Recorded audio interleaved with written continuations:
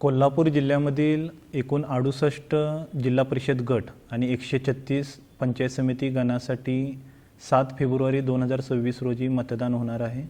मतदानाच्या अनुषंगाने निवडणूक विभागाकडून आमचे 12 निवडणूक निर्णय अधिकारी, त्यांचे सहाय्यक निवडणूक निर्णय अधिकारी, त्यांची पूर्ण टीम यांची तयारी पूर्ण झालेली आहे।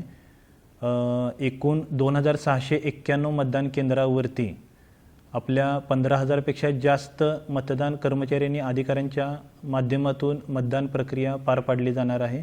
जिल्ह्यामधील जवळपास 23 लाखापेक्षा जास्त मतदार या मतदान प्रक्रियेमध्ये सहभागी होणार आहेत। तर माझं कोल्हापूर जिल्ह्यातील सर्व मतदारांना, ग्रामीण भागातील सर्व मतदारांना नम्र आव्हान आहे, 7 फेब्रुवारी 2026 रोजी सकाळी 7:30 ते सायंकाळी 5:30 या वेळेमध्ये मतदान होणार आहे। कृपया आपण मतदान केंद्रावरती यावं आणि आपल्या मतदानाचा हक्क आपण बजावावा। जिल्ह्यामध्ये मतदानाच्या अनुषंगाने मतदारांना माहिती देण्यासाठी जे आपण वोटर स्लिपचं जे वाटप करतो ते जवळपास 97% मतदारांच्या वोटर स्लिपचं वाटप पूर्ण झालेलं आहे आणि त्यावरती मतदान केंद्राची माहितीसुद्धा आपण मतदारांना दिलेली आहे आणि मतदान केंद्रावरती मतदारांना ज्या ॲश्युअर्ड मिनिमम फॅसिलिटी द्याव्या लागतात त्याचीही आपण तयारी केलेली आहे।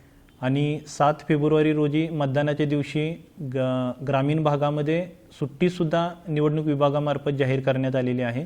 तर माझ्या सर्व मतदारांना परत एकदा नम्र आव्हान आहे, मतदानाचा दिवस हा सुट्टीचा किंवा बाहेर फिरण्याचा दिवस नाही, तर लोकशाहीने आणि संविधानाने जो आपल्याला मूलभूत अधिकार दिलेला आहे, जो आपला महत्त्वपूर्ण अमूल्य अधिकार मतदानाचा दिलेला आहे, तो मतदानाचा अधिकार निपक्षपातीपणाने आणि योग्य विचारपूर्वक वापरण्यासाठी हा अधिकार दिलेला आहे। तर त्या अधिकाराचा वापर करा।